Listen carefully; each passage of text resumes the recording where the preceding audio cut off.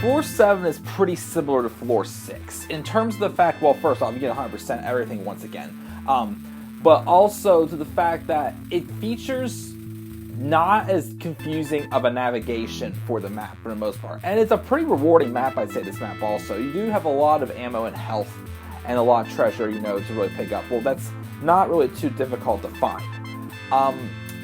It really isn't a tough part. I mean, they do have several parts where they do include, the spider webs, which is pretty much the replacement for the vines. You've seen this a little bit more often in the game, but this map in general, some like the moments, especially with the Schustoffel skull guys, whatever you want to call them, those enemies seem to be used a lot near those webs in this map.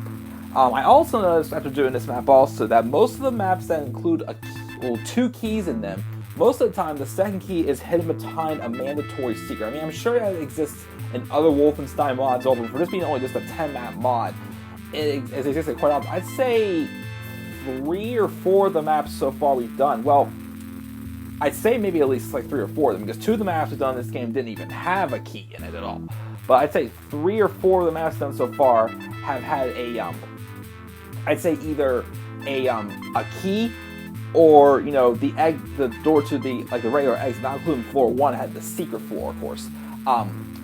But yeah, a lot of mandatory secrets in this game so far, I'd say also. But of course, the second half of this game, the maps are kind of toned down. The last really difficult map we really had was floor 5, well, in terms of navigation.